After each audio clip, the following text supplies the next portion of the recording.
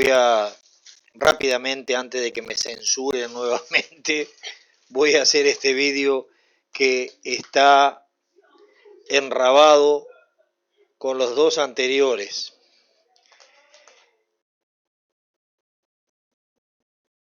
De 2020, mayo, en el vídeo anterior le dije mayo del 2020, no, es mayo del 2010. La revista de Atalaya de mayo del 2010.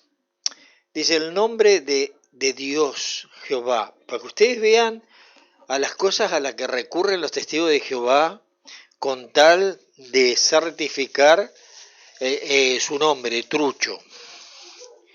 Dice así, y después les voy a mostrar de dónde lo sacaron a este artículo, porque obviamente esta gente lee cosas y mira cosas que a sus testigos no le dejan, pero ellos sí que andan investigando, como dice un amigo, ellos revuelven tachos de basura o que ellos consideran tachos de basura a ver si pueden rescatar de ahí algo que les pueda servir y que puedan reciclar. Entonces dice así, su revista, el nombre de Dios Jehová grabado en un templo egipcio. Ah, qué bárbaro, grabado en un templo egipcio. Bueno, mire, probablemente sepa que el nombre de Dios aparece en manuscritos bíblicos de gran antigüedad, pero aparte de ellos, ¿cuál es la fuente arqueológica más antigua en la que aparece? Si le preguntáramos a algunos expertos, y aquí hacen hablar a Chirolita como siempre, responderían sin dudarlo que data del siglo XIV antes de nuestra era. ¿Quiere saber cuál es esa fuente? Remontémonos al año 1370 antes de nuestra era, cuando Egipto era una potencia militar gobernada por el faraón Amenhotep III. Creo que este desfiló en el Cairo. De esa época es el majestuoso templo de Solev, construido en una región conocida como Nubia, en el actual Sudán. En su interior se ha encontrado un jeroglífico que parece corresponder al tetragramatón hebreo IHWH traducido como Jehová o Yahvé, entre otras formas. Jehová, Yahvé, entre otras formas. Usted preste atención porque esto tiene tela, Entre otras formas. ¿Cuáles son las otras formas? Bien. Hay otras formas, otras pronunciaciones, y ellos las tienen, pero no se las dicen a ustedes. Si este templo se construyó como afirman los arqueólogos, 500 años antes de que se escribiera la famosa piedra moabita, esa inscripción es la aparición más antigua del nombre divino. Ahora bien, ¿cómo acabó grabado en un templo egipcio el nombre de Dios de la Biblia? Dice así, los Yasu de Yahvé. El faraón Amenhotep III mandó a erigir ese templo y de unos 120 metros de largo en la orilla occidental del Nilo y lo dedicó al dios Amon-Ra, o sea, al sol. Allí se ha encontrado una lista de jeroglíficos grabada en la base de la columna que hay en una de las salas con los nombres de los pueblos supuestamente conquistados por Amenhotep. Cada conquista está representada por un prisionero con los brazos atados a su espalda y un escudo donde aparece inscrito el nombre del lugar o el pueblo. Entre estos jeroglíficos se mencionan las tierras de varios pueblos conocidos con el nombre de Yasu o Yosu. ¿Pero quiénes eran? Los egipcios llamaban así a los beduinos, un grupo de tribus que vivían más allá de la frontera occidental de Egipto. Las tierras de estos pueblos que los egipcios despreciaban se extendían por el sur de Palestina, el sur de Transjordania y el Sinaí, aunque algunos investigadores afirman que llegaban más al norte, hasta el Líbano y Siria. Entre los pueblos sometidos que aparecen en la lista de Solev Hay uno que se ha traducido de diversas maneras, IHW en la tierra de Yasu, Yasu de Yahvé en la tierra de Yasu, aquellos de Yahvé. Algunos egiptólogos como Jean Leclan, y preste atención que este Jean Leclan es francés, porque más ahora les voy a leer algunas cosas de investigadores franceses. Están convencidos de que el nombre grabado en ese escudo corresponde al tetragrama del dios de la Biblia, IHWH. La mayoría de los expertos creen que el nombre Yahvé, Yahú, Yahú, IHW alude a un lugar o un distrito. Uno de ellos es Samuel Aitub. Opina que el jeroglífico identifica la región por la que vagaba el clan de adoradores de Yahú, el dios de Israel. De ser esto cierto, dicho nombre será un ejemplo más de algo habitual entre los antiguos semitas, designar un lugar con el mismo nombre del dios de sus pobladores. Otro buen ejemplo es Asur, nombre con el que se denomina tanto el país de Asiria como a su dios principal. Recuerde que en esta etapa de la civilización, en esta etapa de la humanidad, todo sale de Caldea, de Sumeria, Caldea y de Egipto también. En cualquier caso, como bien señala la Biblia, el arqueólogo Roland de Vaux, la inscripción del templo de Solé prueba que en una región tan vinculada a los antepasados de los israelitas, ya existía desde mediados del segundo milenio antes de Cristo el nombre de un lugar o de un pueblo muy parecido, por no decir idéntico al nombre del Dios de Israel. Un nombre aún muy respetado, dicen los testigos. El templo de Solé no es el único lugar de Nubia en el que aparece el nombre de Dios en jeroglíficos egipcios. También se ha encontrado lo que parecen ser copias de las listas de Solé en el templo de Ramsés II. Ramsés desfiló ayer también. En Amara Oeste y Yasca, de hecho en la lista de Amara, el jeroglífico traducido IHW en la tierra de Yasu, se parece mucho a los utilizados para estos territorios Yasu, que se cree son Seir y Labán. En la Biblia estas regiones corresponden al sur de Palestina, Edom, el desierto de Sinaí, y en todas ellas hubo gente que conocía y adoraba, mire a quién, a Jehová, antes y después de la estadía de Israel en Egipto. A diferencia de los nombres de otras divinidades que aparecen en inscripciones antiguas, el nombre de Dios en la Biblia, Jehová, todavía se emplea y se respeta en la actualidad. Masones, testigos de Jehová y otros respetan el nombre Jehová. Así, más de 7 millones de testigos de Jehová en más de 230 países y territorios, tienen que corregir porque ahora son más de 8 millones o son menos de 4. Bueno, dedican su vida y dan a conocer este nombre a otros. Bien, les voy a leer de dónde sale esto. El tetragramaton en el antiguo Egipto, sobre la inscripción T3S3SW IH3V en el templo de Anum-Re en Sudán. Esto lo ha hecho un investigador que se llama Sergio Fuster. Se conoce como el tetragramaton a las 4 letras que en hebreo conforman el nombre de Dios, Yahvé, IHWH. Más allá de los manuscritos bíblicos, estos caracteres aparecen desde tiempos tempranos, como por ejemplo en la estela de Diván. Vieron que los testigos dijeron recién la estela moabita, o mejor conocida como moabita, del año 860 a.C. En la estela de Diván ya aparece el tetragramaton según esto.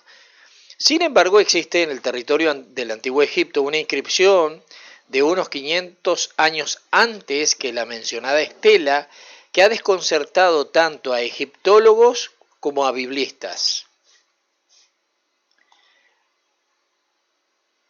Aquí está la estela de Diván o la estela moabita, y aquí está ese texto. Allá por el año 1370 a.C., cuando el país del Nilo era una potencia militar importante del mundo mediterráneo, gobernaba el faraón Amenofis III.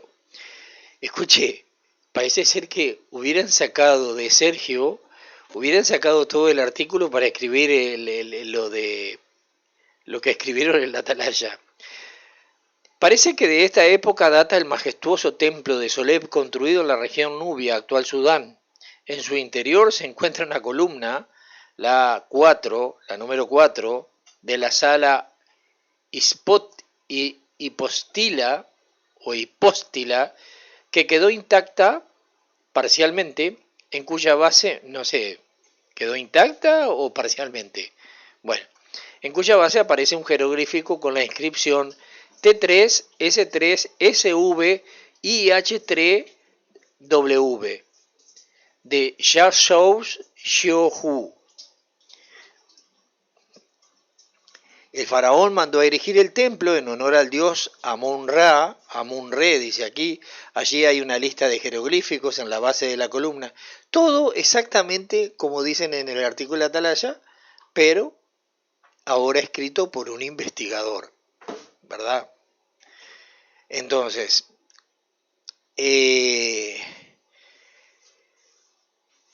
no les voy a volver a leer lo que ya le leí, porque evidentemente los testigos de Jehová, o sea, la Watchtower, ha copiado esta información y aquí está la bibliografía. Ustedes tienen aquí la bibliografía. Bueno, ¿qué es lo que pasa en Egipto? El fundador de los Testigos de Jehová adoraba Egipto, adoraba las pirámides y adoraba Israel y adoraba las medidas. Fenómeno. Entonces, vamos a Abraham. Ahora vamos a Abraham. Crónica, El Mundo. Esto es un diario, El Mundo, elmundo.es. Crónica, domingo 24 de diciembre del año 2000, número 271. Conocer lo que dicen que oculta la Biblia. Hallazgo. Ni Abraham era el patriarca bíblico que nos cuentan en el Antiguo Testamento, ni Moisés un descendiente de la tribu de Leví. El primero, estas aseveraciones corren por quien escribe este artículo, no corren por cuenta mía, ustedes se darán cuenta de esto, ¿no? El primero era en realidad el faraón Akenatón, que Abraham era Akenatón. Y Moisés, uno de los generales del imperio egipcio, asegura un reciente estudio. José Manuel Vidal. Abraham, el padre de los creyentes y la piedra angular de las tres grandes religiones monoteístas, no era el patriarca bíblico, sino el faraón Akenatón. Y Moisés no era, como cuenta la Biblia, hijo de un hombre y una mujer de la tribu de Leví, sino un general egipcio seguidor de la religión de Abraham.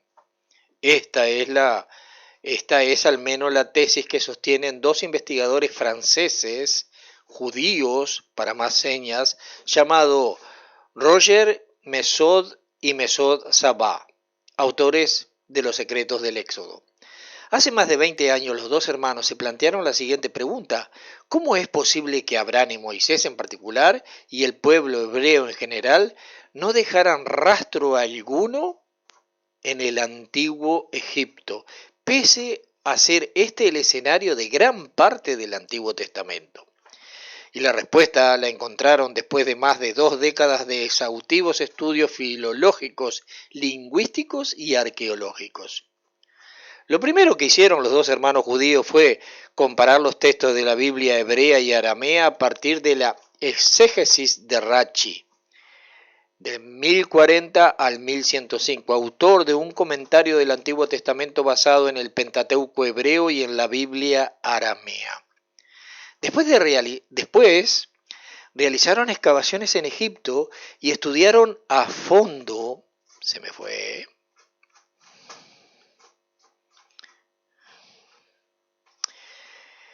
y estudiaron a fondo las pinturas murales que ornan las tumbas del Valle de los Reyes, donde descubrieron, escondidos entre los jeroglíficos, diversos símbolos de la lengua hebrea.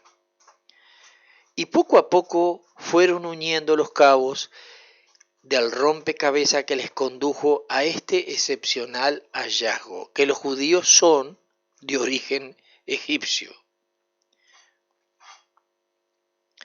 Yo diría que son de origen caldeo, pero bueno, porque Abraham, dicen ellos que salió de Ur, de Caldea.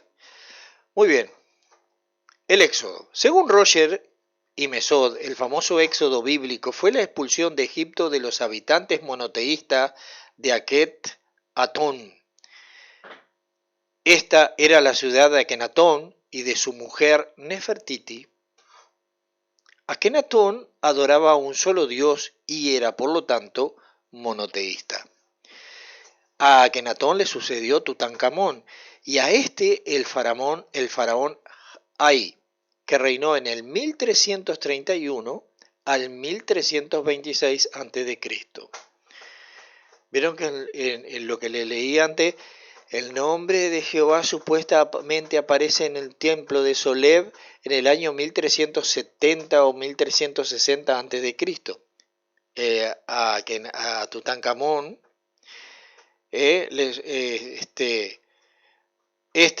reinó en 1331 a 1326 a.C.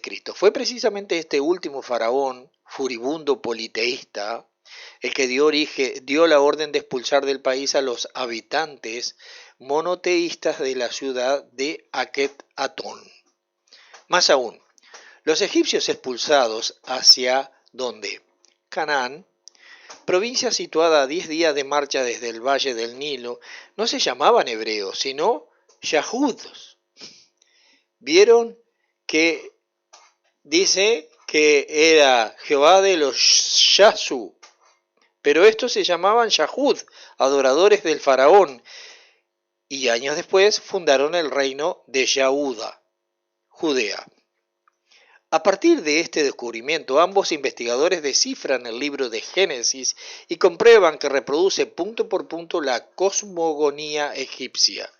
Y es que la Biblia, al hablar de Abraham, respeta el orden cronológico de la vida del faraón monoteísta y refleja su biografía en perfecta sintonía con la egiptología, desde el sacrificio de su hijo a la ruptura con el politeísmo, pasando por la destrucción de los ídolos a las intrigas entre sus esposas. Solo así se explicaría el hecho de que no se hayan descubierto en los jeroglíficos egipcios testimonios de un pueblo que vivió 430 años en Egipto, 210 de esos 430 como esclavo, dice la Biblia, bajo distintos faraones.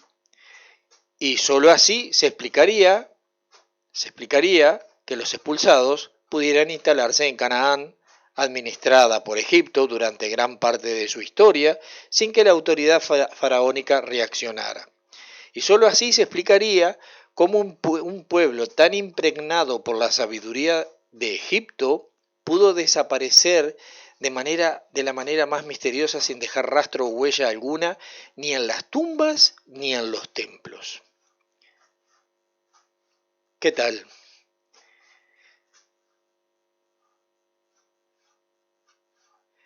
Sigmund Freud llegó por intuición a la misma conclusión.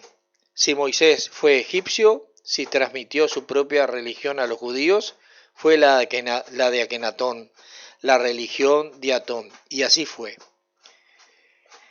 Bueno, fenómeno. Pero ustedes vieron que en el desfile que se hizo, el sol, las alitas y todas esas cosas, porque son clásicas de los egipcios. ¿Por qué los testigos de Jehová al principio amaban tanto las pirámides? Porque ellos saben de dónde viene la cosa. Y lo mismo que sus amigos los albañiles, o sus fomentadores los albañiles. Los investigadores franceses sostienen que Abraham, Moisés, Sara, Isaac, Rebeca, Jacob e Israel ocultan nombres y títulos de la realeza egipcia.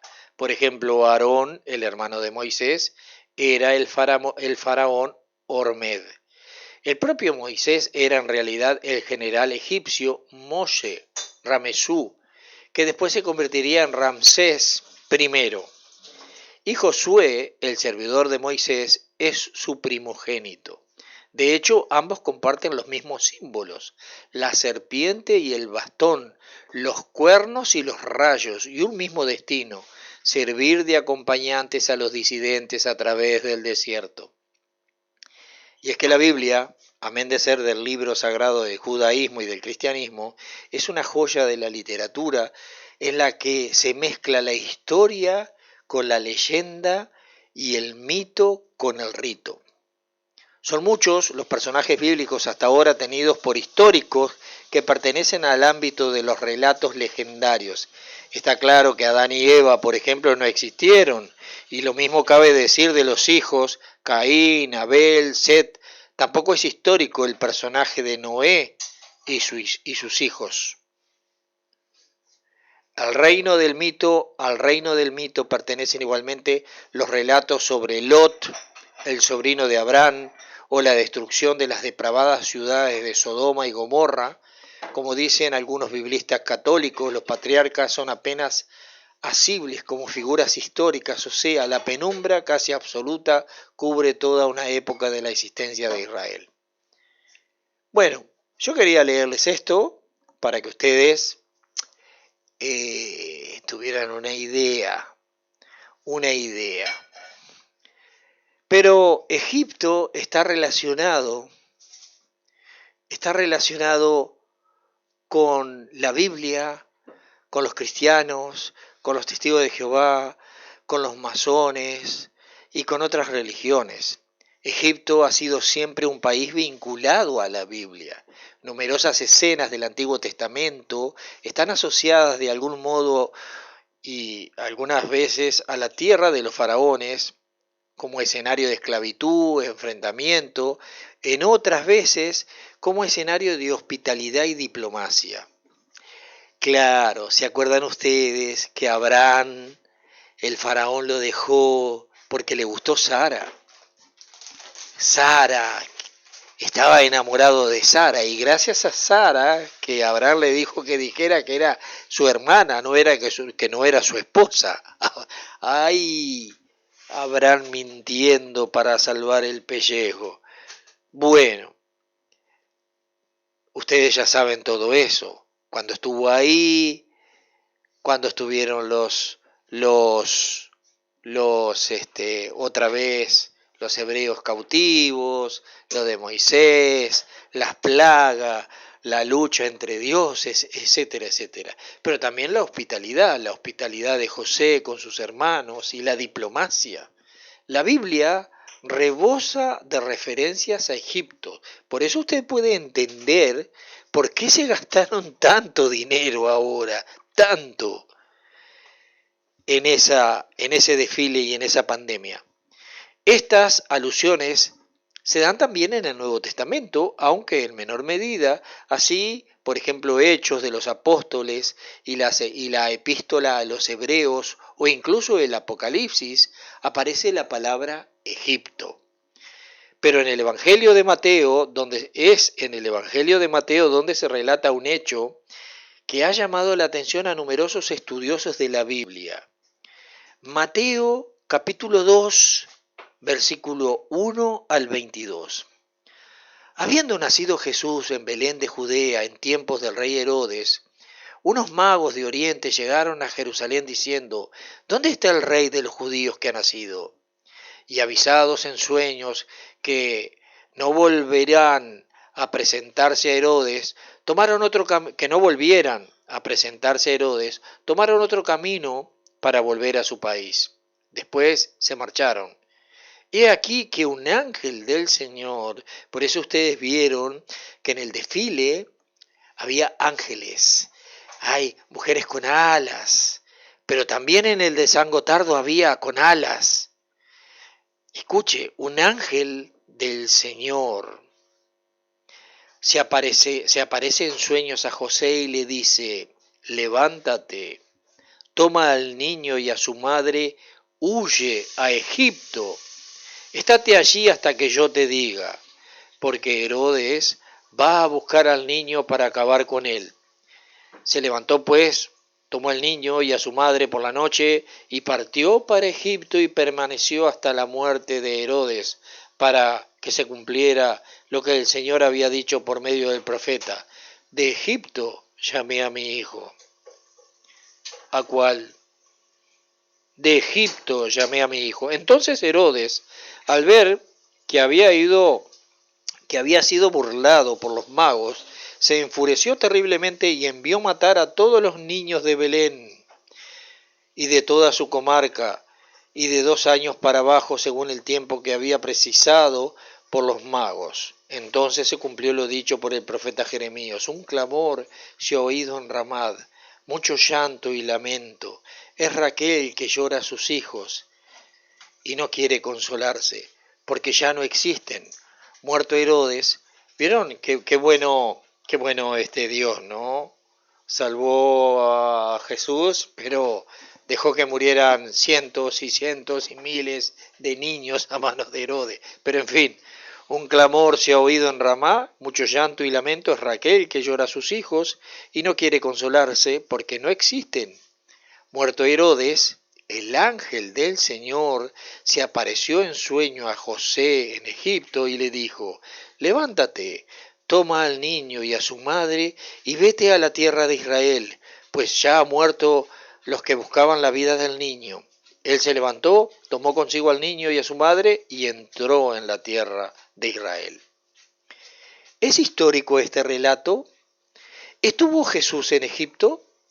Ciertamente los evangelios de la infancia no superan el método histórico crítico. Tanto Mateo como Lucas usan detalles legendarios de la infancia de Jesús, imposibles de conciliar con la realidad, y son tan distintos entre sí que da la impresión de que no se refieren a la misma persona. A este problema irresoluble hay que añadir la falta de credibilidad de los testigos que transmitieron estos relatos del nacimiento e infancia, así como que Mateo usa frecuentemente el simbolismo para justificar sus pretensiones mesiánicas. Así pues, parece que algunos relatos están forzados por Mateo para dar cumplimiento a la palabra de los profetas del Antiguo Testamento, es decir, Jesús cumple las promesas divinas hechas a Israel. Se desconocen variantes dignas de notarse del relato de Mateo, por lo que cabe concluir que el texto del evangelista se ha transmitido sin cambios. La fuente más antigua de esta estancia de Jesús en Egipto es por consiguiente este sinóptico datable alrededor del año 80 y 90 después del nacimiento de Cristo. Este evangelio sería posterior a Marco y habría sido elaborado a través de Marcos y la fuente Q. Sin embargo, ni Marcos ni la fuente Q contuvieron material sobre la infancia de Jesús, por lo que cabe pensar que es una invención del redactor o es un añadido basado bien en la tradición oral de las comunidades cristianas de Judea y Galilea, bien procedente del propio lugar donde pudo haberse compuesto este evangelio, esto es, Damasco o Antioquía.